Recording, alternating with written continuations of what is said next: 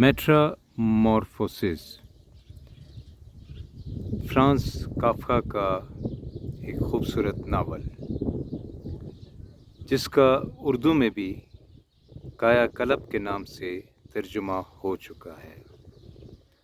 मैंने इसको उर्दू में भी पढ़ा और अंग्रेज़ी में भी, और आप यकीन करें बार बार पढ़ा, लेकिन मैं कहता हूँ कि अभी भी अगर मैं इसको पढूं तो मैं इसको एंजॉय करूँगा।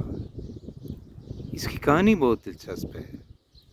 मिस्टर अल्ताफ़, क्या आपने भी इसकी कहानी को दिलचस्प पाया? फ्रांस काफ्का का मेटामॉर्फोसिस मुझे ये 1915 में इसको छपी हुई है। ये काफ्का का वन ऑफ द बेस्ट इसके वो है नॉवलेट है। ये एक शख्स है, एक ट्रैवलिंग सेल्समैन है से तो इसका नाम है ग्रेगोर सामसा। ग्रेगोर सामसा अस पे मामूल हर दिन उठता है सुबह अपने बिस्तर से और चले जाता है अपनी नौकरी की तरफ, अपने फर्म, अपने काम की तरफ, ऑफिस की तरफ।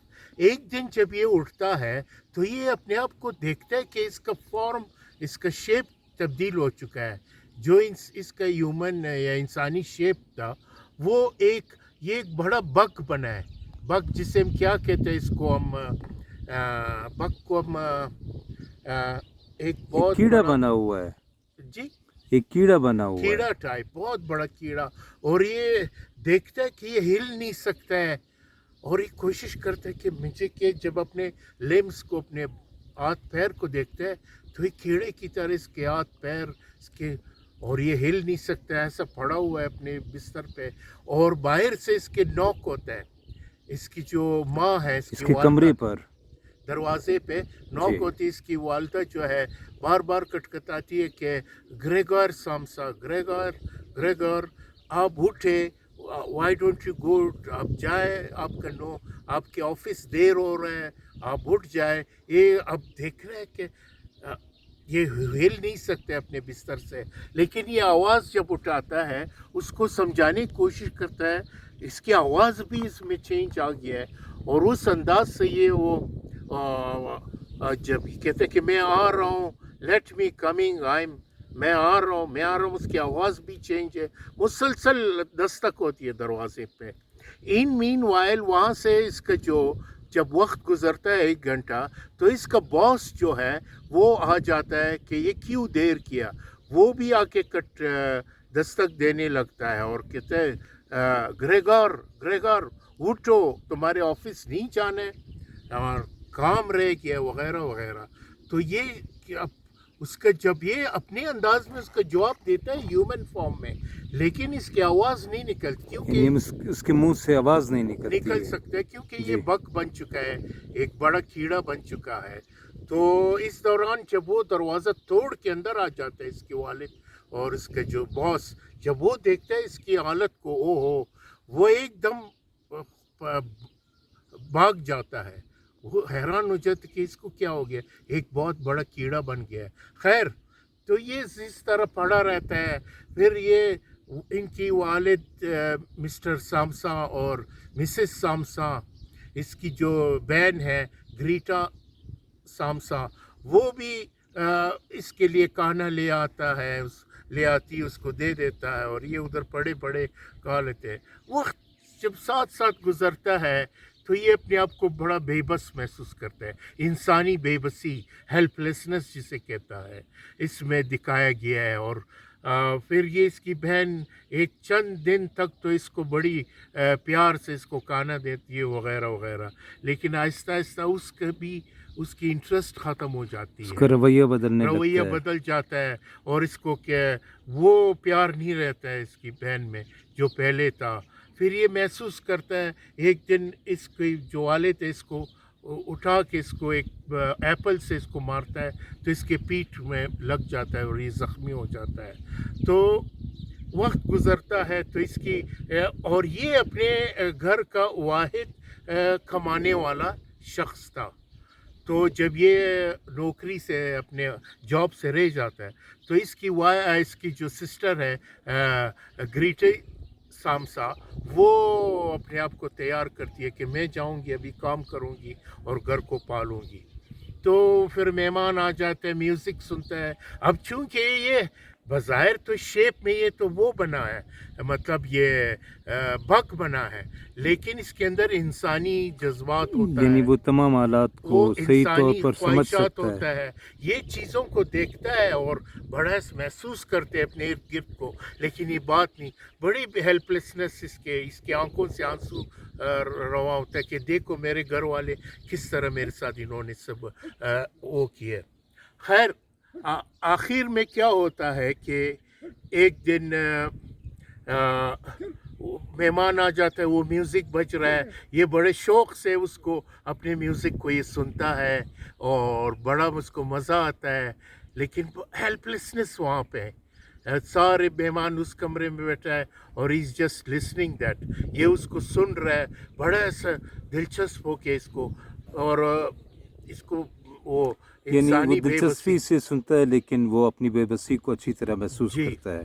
तो आखिर में ये होता है कि इसकी बहन जो है अपने ज़िंदगी के उसमें मामलात में मगन हो जाती है, और ये बेचारा एक बेकार सा फिर ये जाके छुपने लगता है, उनसे इतना खौफज़दा ही महसूस करता है कि जाके सोफ़ों के नीचे जाके कीड़ा क्योंकि बन चुका है वो छुप जाता है इनसे।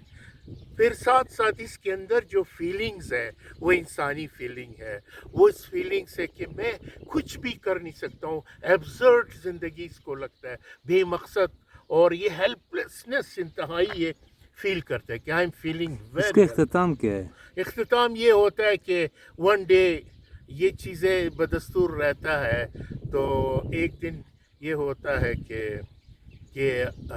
बेचारा मर जाता है, ऐसे रोते रोते इसकी बेबसी कोई में नौकरानी उसे मार देती है, खुद मर जाता है? खुद मर जाता है, और अपने अच्छा। उससे ये अंदर इस गम को, इस दुख को, इस दर्द को सहते सहते ये ग्रेगोर समसा इस दुनिया से चले जाता है। उसके बाद फिर इनके घर में खुशी की लहर, चलो एक मुसीबत सर से टल एक गया, बोझ सर से उतर गया। हाँ एक बोझ सर से उतर गया। फिर जाके ये लोग ट्रैवल करते हैं, इनके वालिदा और इसकी बहन, और मेरे ख्याल में नया घर लेता है, ये घर भी बदल देता है। तो ये एक फ्रांस काफ्का ने काफ्का की जो एक और 3 इसने वो लिखी है नावल, एक है दी कासल, एक है दी ट्रायल, मशहूर मारूफ दी ट्रायल है, और ये मेटामॉर्फोसिस है। दी इन ट्रायल में मिस्टर के साथ भी यही प्रॉब्लम है। जी, वो मिस्टर के भी बेचारा एक ऐसे नाकर्दा जुर्म में फंसता है, एक नाकर्दा गुनाह में वो फंस जाता है कि वो भी इसी तरह आखिरी हद तक वो आखिर में मर्डर हो जाता है, अपने नामुराद हो जाते हैं, अपने खुशियाँ नहीं देखते हैं ज़िंदगी को। तो ये इंसानी हेल्पलेसनेस को काफ्का ने पोर्ट्रे किया, और काफ्का की ज़िंदगी भी इसी तरह थे, इंतहाई वो, मैं क्या कहूँ उसको, हद कनूतियत का इंतहा, पेसिमिज़म की इंतहा, वह काफ्का की ज़िंदगी भी गुजरा है। आखिर में वो अपने दोस्त को, मैक्स ब्रेडर है कि मैक्स इस जी तरह जी कोई जी, है, जिसने इसकी किताबें जी, महफूज की। उसने कहा कि सारे मेरे किताबें जला दो, लेकिन उसने भी होशियारी से काम लिया, इसने उसकी किताबों को नहीं जलाया, उसको पब्लिश किया। आज दुनिया काफ्का के नाम से दुनिया को पहचानी जाता है, काफ्का अच्छा, वो मशहूर। अपने जानने वालों से पूछता था जब वो लिखता था जी, कि क्या मैं बहुत बड़ा राइटर बन जाऊंगा? उसकी बहुत बड़ी हसरत थी, अच्छा, लेकिन आखिरकार वो बन गया। हाँ हाँ, वाकई ये आज काफ्का क्यों इस तरह खौफ का शिकार है? इसकी काफ्का वजह क्या है? काफ्का की बेसिकली अगर हम देखते हैं ना, वो बेचारी एक मेरे ख्याल में जिस ज़माने में ये फेस करता था, हसन ने जो ईस्टर्न यूरोप में ज़िंदगी गुजारता था, ये जर्मन स्पीकिंग जीव था, बेचारा बहुत ज़्यादा डिस्क्रिमिनेशन के वो लोग शिकार थे। फिर ये जो पब्लिक, इसकी इज्तमाही जो ज़िंदगी का अक्स है, इसके इनफरादी ज़िंदगी पर भी इसका असर हुआ, तो इनकी तहरीरों में भी वो चीज़ कहते झलकने हैं लगी। कि इसकी शख्सियत पर اس کے والد کا بہت اثر ہے. اس کا والد جو تھا کسائی تھا جی اور بہت بڑے کت کاٹ کا تھا. یہ کمزور سا تھا. جی وہ ہر وقت اس کو اپنے خوف میں، اپنے ڈر میں اور اپنے ہیبت میں رکھتا تھا، اور باپ کے خوف کی وجہ سے یہ شروع سے بڑا سینسیٹیو تھا. جی جی پھر اس کو فزیکل مسئلے بھی تھے، بیمار بھی تھا. یہ فزیکل ڈیفارمیٹی کا شکار تھا. He was a frail, he was such a weak person that he کی ناٹ اسرٹ ہمسیلف. وہ اپنے آپ کو اظہار نہیں کر سکتا تھا. یہ بند رہتا تھا، بہت شرمیلا تھا، بہت زیادہ شرمیلا تھا شرمیلا. اور بند رہتا تھا. Secluded life. اور وہ اپنے تحریروں میں اپنے وہ بڑاس نکالتا تھا، اپنی ہیلپ لیسنس کا. اور اسی لیے تو شاندار تحریریں بھی اور اس نے واقعی آج دنیا لکھی. کافکاس کے ایک وہ ہے، ایک ٹرم کافکائس استعمال کا. ہوا ہے کافکائس کے نام سے. واقعی کافکا رہتی دنیا تک اس کا. اس کافکائس کو آپ ذرا واضح کریں گے الطاف صاحب؟